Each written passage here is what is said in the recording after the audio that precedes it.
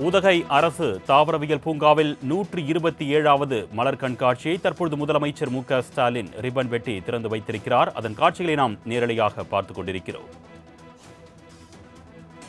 வரும் 25ஆம் தேதி வரை நடைபெறும் இந்த மலர் கண்காட்சியை பொறுத்தவரை பல்வேறு ஏற்பாடுகள் செய்யப்பட்டிருக்கிறது.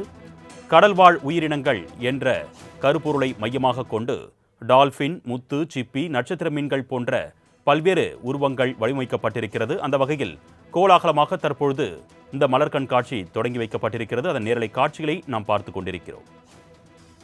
இன்று தொடங்கி வரும் 25ஆம் தேதி வரை இந்த மலர் கண்காட்சி நடைபெற இருக்கிறது.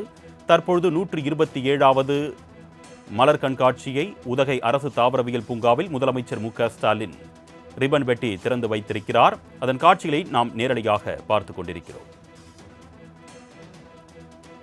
மலர் கண்காட்சியை திறந்து வைத்த முதலமைச்சர் மு.க.ஸ்டாலின் தற்பொழுது கண்காட்சியை சுற்றி பார்த்து வருகிறார். அதன் காட்சிகளையும் நாம் நேரடியாக பார்த்துக் கொண்டிருக்கிறோம்.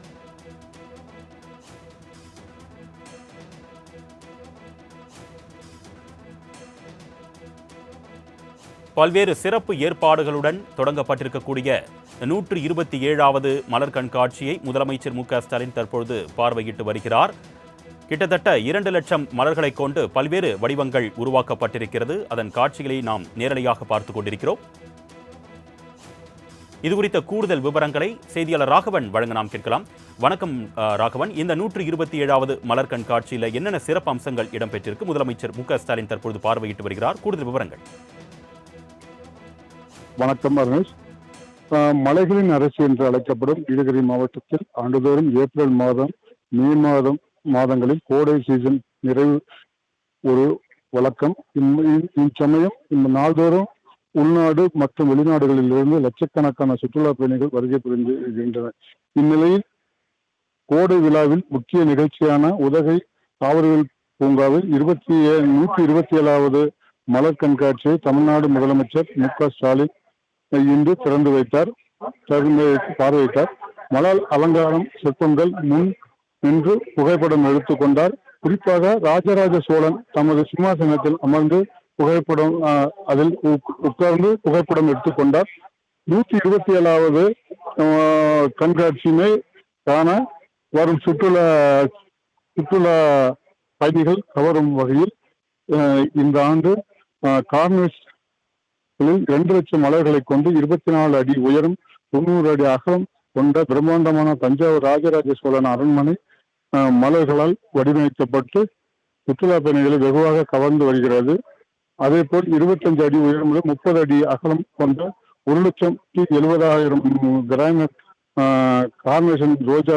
கார்னேஷன் மலர்களால் கொண்டு அரண்மனை நுழைவாயில், அதே போல் 25,000 கார்னேஷன் மலர்களை கொண்டு யானை மற்றும் 16,000 ரோஜா மலர்களை கொண்டு ராஜராஜ சிம்மாசனம் கார்னேஷன் மலர்களால் கொண்டு 126 மலர் கண்காட்சியை வடிவமைத்து 45,000 கார்னேஷன் மலர்களை கொண்டு கல்லணை மதகு மலர்களை கொண்டு வடிவமைத்திருக்கிறார்கள். இதனை ஈரோடு, சேலம், நீலகிரி, திருப்பூர் உள்ளிட்ட பகுதிகளில் இருந்து தோட்டக்கலைத்துறையினர் பல்வேறு அரங்குகள் சுற்றுலா பயணிகளை வெகுவாக கவரும் வகையில் செய்திருக்கின்றனர். மேலும் சுற்றுலா பயணிகளை கவரும் வகையில் 40,000 மலர் செடிகளை கொண்டு மேரி கோல்டு, பிரான்ஸ் மேல்டி கோல்டு, தேனியா, சால்வினியா மலர்களை கொண்டு 75க்கும் மேற்பட்ட அரங்குகள் 2 லட்சம் வண்ண மலர்களை குத்து விளக்கு பூத்து குலுங்குவது போல சுற்றுலா பயணிகள் வைத்துள்ளனர். இந்த மலர் காட்சியில் துவங்கும் விழாவில் தமிழக வேளாண் துறை அமைச்சர் எம்.ஆர்.கே. பன்னீர்செல்வம், தமிழ் வளர்ச்சி மற்றும் செய்தித்துறை அமைச்சரும் நீலகிரி பொறுப்பு அமைச்சருமான மு.பொ. சாமிநாதன், நீலகிரி பாராளுமன்ற உறுப்பினர் ராசா, அரசு கொறடா ராமச்சந்திரன், ஆட்சித்தலைவர் லட்சுமி பவ்யா தண்ணீர் உள்ளிட்ட அரசு துறை அதிகாரிகள் பலர் கலந்து கொண்டனர்.